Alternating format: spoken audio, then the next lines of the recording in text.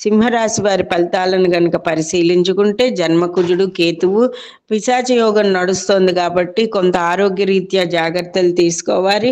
మానసిక పరివేదన ఎక్కువగా ఉంటుంది. చురుకైన స్వభావం ఉంటుంది. ఆత్మవిశ్వాసాన్ని కలిగి ఉంటారు.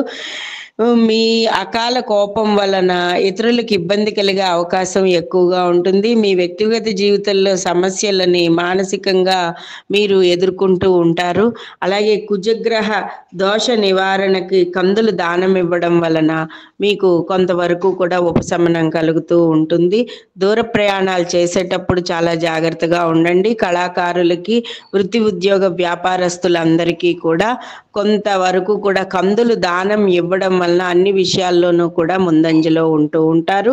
ఆదిత్య హృదయాన్ని పారాయణ చేయడం వలన ఈ పిశాచ యోగం యొక్క మానసిక పరితాపం తగ్గిపోతూ ఉంటుంది.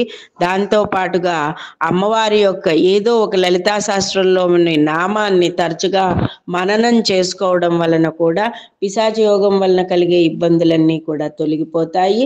అలాగే కేతువుకి ఉలవలు దానం చేయడం వలన కానీ, గోవుకి ఉలవలు తినిపించడం వలన కానీ, గణపతికి గరికతో ఆరాధన వల్ల కానీ కుజకేతువుల యొక్క ప్రభావం మీ మానసిక పరివేదన మీద తగ్గి ఆనందంగా ఉంటారు.